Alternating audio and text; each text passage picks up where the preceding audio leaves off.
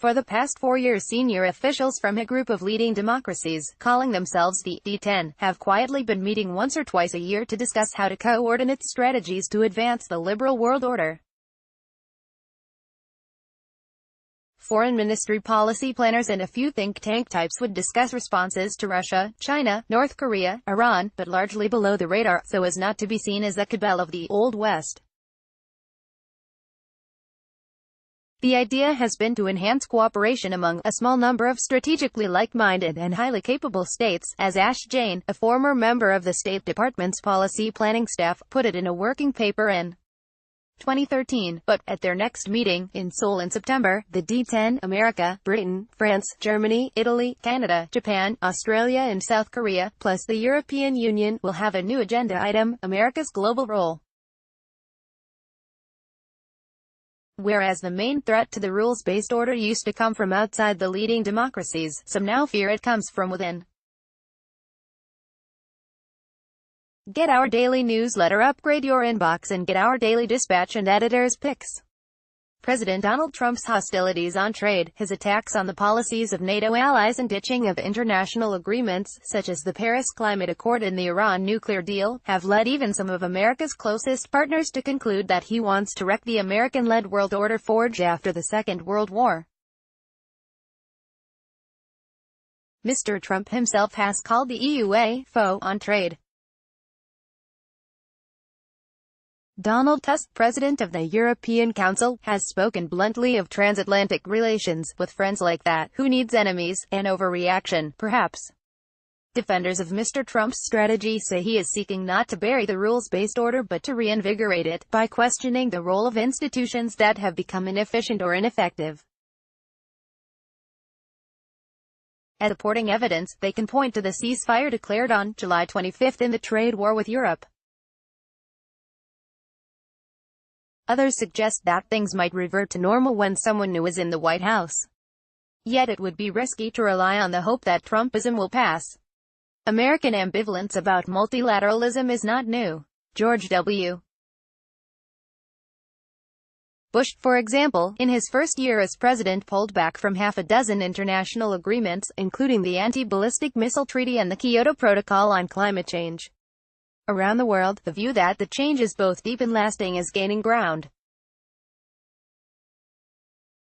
A mere 9% of Germans think America under Mr. Trump is a reliable partner for the security of Europe, according to a recent poll by ZDF Politbarometer. In Australia, annual polling by the Lowy Institute, a think tank, shows a 28-point fall since 2011 in the share of people who trust America to act responsibly, at 55%. Trust in America is at a historic low, only just ahead of trust in China, 52%. The order we have known for the past 70 years has ended, according to Alan Gingle, a former head of Australia's Office of National Assessments, Australia's main intelligence agency. It's not changing. It's over. The D10 framework takes on even greater meaning at this time of uncertainty surrounding America's global role, believes Mr. Jain, who runs the D10 initiative at the Atlantic Council, an American think tank, in partnership with a Canadian counterpart, the Centre for International Governance Innovation. The liberal order it stands for has always been an amorphous concept. Now that it is at risk, huddling together both to define and defend it becomes more urgent. The D10 group is part of a broader trend of intensifying efforts to rally the like-minded to that end. Mr. Trump's America First approach is prompting policymakers from Canberra to Ottawa to cast around for coalitions to limit the damage of his onslaughts and, eventually perhaps, fill gaps left by an American retreat from its global role. Crudely, these efforts to rally the like-minded come in 4 varieties. The first involves appealing to Americans beyond the Trump administration.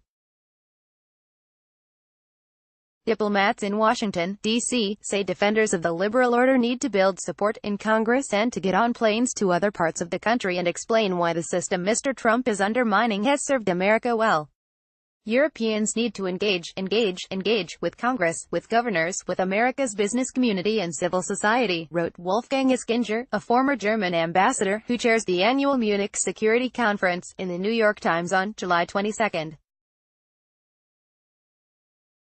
Canada has been the most energetic in pursuing this strategy. Its ministers, mayors and diplomats have mounted a concerted effort at state and local level to draw attention to the American jobs and industries that depend on trade with Canada. This did not stop Mr. Trump from slapping hefty metals tariffs on Canada and calling Justin Trudeau, its prime minister, dishonest and weak, after the recent G7 summit he hosted. Canada's smooth diplomacy, and the resulting stream of representations on its behalf to the White House, may even have ended up irking Mr. Trump. Canadians must hope that, in the long term, the bottom-up approach will pay off. But relying on popular support in America for its global role might be too optimistic. So a second approach to convening the like-minded, with a broader, international focus, is also being tried. Like a Davos for the once powerful, this mission is attracting gaggles of global grandees, as ex-presidents, former prime ministers and retired diplomats lend their weight to the effort to save the world they used to run. The D10 process has spawned a new, wider enterprise, called the Democratic Order Initiative, that seeks to engage the public behind support for the international rules-based system. Launched on June 23 in Berlin by the Atlantic Council, with backing from Madeleine Albright, a former Secretary of State, Stephen Hadley, a former American National Security Advisor, Carl Bildt, a former Prime Minister and Foreign Minister of Sweden, and Yoriko Kawaguchi, a former Japanese Foreign Minister, it aims to articulate core principles of the rules-based order and mobilize public official backing for them. In the same vein, the Alliance of Democracies Foundation was set up last year to strengthen the spines of the world's democracies. A brainchild of Anders Fogh Rasmussen, a former Danish Prime Minister and NATO Secretary-General, it held an inaugural Democracy Summit in June and envisages annual winter gatherings in Colorado, as well as summer ones in Copenhagen. In the absence of clear ideological leadership from the White House, says Mr. Rasmussen, the rest of the free world needs to advance and defend democracy. The first initiative of the Foundation's Global Campaign for Democracy is a Transatlantic Commission on Election Integrity, to bolster defenses against outside interference. It is co-chaired by Mr. Rasmussen and Michael Chertoff, a former Secretary of Homeland Security in America. Joe Biden, America's former vice president, is among the other 13 commissioners. They have urgent work to do. Mr. Rasmussen points out that 20 elections will be held across EU and NATO countries between now and the next American presidential contest in November 2020. Characteristically, it is France's Jupiterian President, Emmanuel Macron, who has the most ambitious project. His Paris Peace Forum, to be held on November 11–13, is envisaged as an annual event bringing together governments and civic groups to discuss the world's problems. The idea is to show that there is still a constituency for collective action among states and civil society, beyond populism and interstate tensions. Mr. Macron wants ideas from all sorts of organizations, including governments, business associations, NGOs, trade unions, religious groups and think tanks. The model is COP21, the summit in 2015 that produced the Paris Accord on climate change. Mr. Trump has decided to pull America out of that agreement, which is itself an example of the third variety of effort behind like-mindedness, keeping international deals alive in America's absence. No country has followed America in abandoning the Paris Accord. All the other 194 signatories are sticking with it, and hope America will one day rejoin the fold. Within America, state governments, cities and businesses have in many cases committed themselves to carbon reductions in the spirit of Paris. European attempts to keep the Iran nuclear deal alive without America are proving trickier. The Trump administration wants to maximize economic pressure on the Iranian regime, and is threatening sanctions on international companies doing business with the country. Without the incentive of closer business ties to support its struggling economy, Iran could decide to abandon the nuclear self-restraint at the heart of the deal. However, the 12-country Trans-Pacific Partnership, a trade deal intended to set free market rules for the region's trade before China's influence becomes overwhelming, has defied expectations. It has reinvented itself as an 11-country grouping after America, by far the biggest partner, decided to pull out when Mr. Trump became president. Renamed the Comprehensive and Progressive Agreement for Trans-Pacific Partnership (TPP), it was signed in March in Chile and is expected to come into force around the end of this year, once at least 6 countries have ratified it. Similarly, some hope that, should Mr. Trump's distaste for the multilateral trading system lead to America's quitting the World Trade Organization, the global body could carry on without it. Hoping for groupings, Japan and Australia led efforts to keep the TPP alive. Both countries are also active in the fourth way of clubbing together new coalitions between like-minded countries in the pursuit of shared interests, from trade to defense. On July 17, Japan signed a free trade deal with the European Union, eliminating most tariffs and creating the world's largest open economic area, covering over 600 meters people and nearly a third of global GDP. Negotiations quickened in response to America's trade threats. Shinzo Abe, Japan's prime minister, said at the signing ceremony in Tokyo that the deal shows the world the unshaken political will of Japan and the EU to lead the world as the champions of free trade at a time when protectionism has spread. Australia has historically relied on a culturally similar foreign ally to guarantee regional security, first Britain, then America. China's rise and America's inward turn are concentrating minds. Without America, Australia in the New Asia, an essay published last November, Hugh White of Australian National University, predicts a not-too-distant future in which China is Asia's dominant power. But how to respond? Our best hope, suggests Michael Wesley, also of writing in Australian Foreign Affairs, is not for some grand coalition to balance China but for each of China's larger neighbors to assert its interests when they are challenged. In the absence of a grand coalition, smaller ones may play a role in resisting an overmighty China. In January, when Australia's Prime Minister, Malcolm Turnbull, visited Japan, the two countries pledged to deepen and broaden defence cooperation.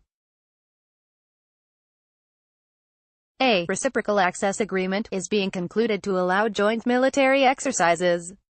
In July, Australia, Japan and India held high-level trilateral talks in New Delhi, raising the possibility of joint naval exercises.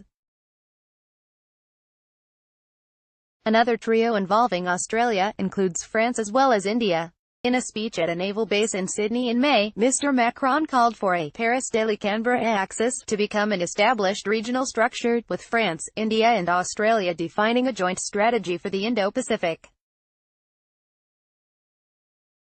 If we want to be seen and respected by China as an equal partner, he said, we must organize ourselves. He envisages regular trilateral talks between foreign and defense ministers. Back in Europe, the French president is also trying to bring the like-minded together on defense. His European Intervention Initiative, EII for short, was signed into existence by 9 countries, including Britain and Germany, in June. The idea is to improve strategic cooperation so that coalitions of willing European countries can be ready for joint action in crises, if need be, without America. Such coalitions raise many questions. One concerns their effectiveness. Innovations such as the EII may be good ideas, but the gap between strategic dialogue and coalitions in a military operational sense is a wide one. For that, points out François Heisbourg of the Geneva Center for Security Policy, you need both interoperability and agility. You can't just improvise, you have to have it built up. Does size matter? Another reservation relates to the group scale. Do they really amount to much? Even if they club together, for example, it is hard for other countries to match China's clout in Asia. And there is no real substitute for America's overall influence and power. The country spends more on defense than the next 7 countries combined, produces 23% of global GDP, measured at market exchange rates, and has the world's dominant currency. Still, Mr. Rasmussen believes that a joint effort can make a difference while Mr. Trump is president. A group of mid-sized and wealthy democracies could join forces and protect the rules-based world order. How like-minded do countries need to be to work together? Canada and 16 Latin American countries have formed the Lima Group backing a restoration of democracy in Venezuela. They have blocked regional recognition of Venezuela's vote for a constituent assembly last year and of a sham presidential election in May. Now, however, some wonder whether Mexico will retain its like-mindedness when Andrés Manuel López Obrador takes over as president in December, and whether Brazil will after its election in October. Even in Europe, despite decades of working towards ever closer union, discerning who is really like-minded is becoming harder, as populist forces have gained influence. In Italy, for example, the Five Star Movement, that is now the largest party in the country's coalition government, has threatened to block the EU's free trade agreement with Canada. Before thinking of defending the liberal order globally, there's a problem of defending it within the EU, says Marta Dasu, of the Aspen Institute Italia.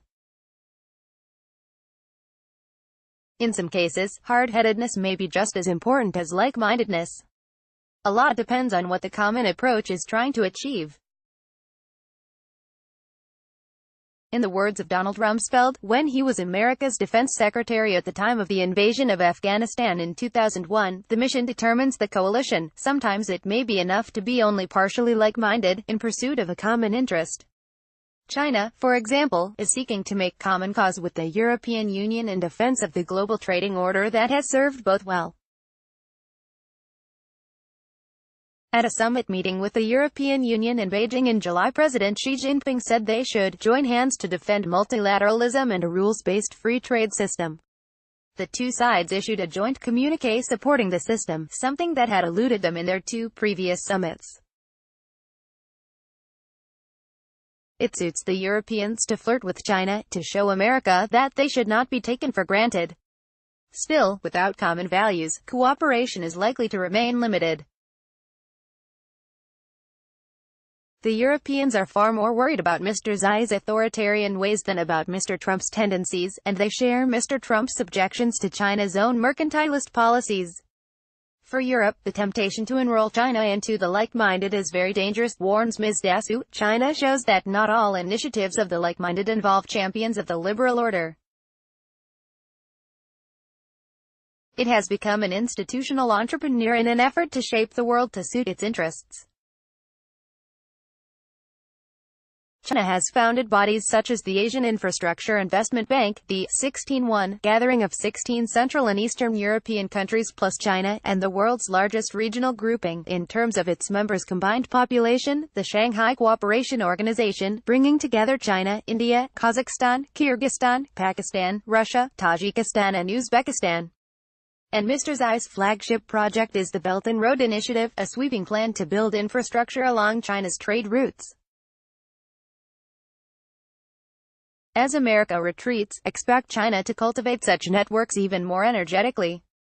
The world is moving towards multipolarity, Mr. Xi told the recent summit of the BRICS, Brazil, Russia, India, China and South Africa, in Johannesburg.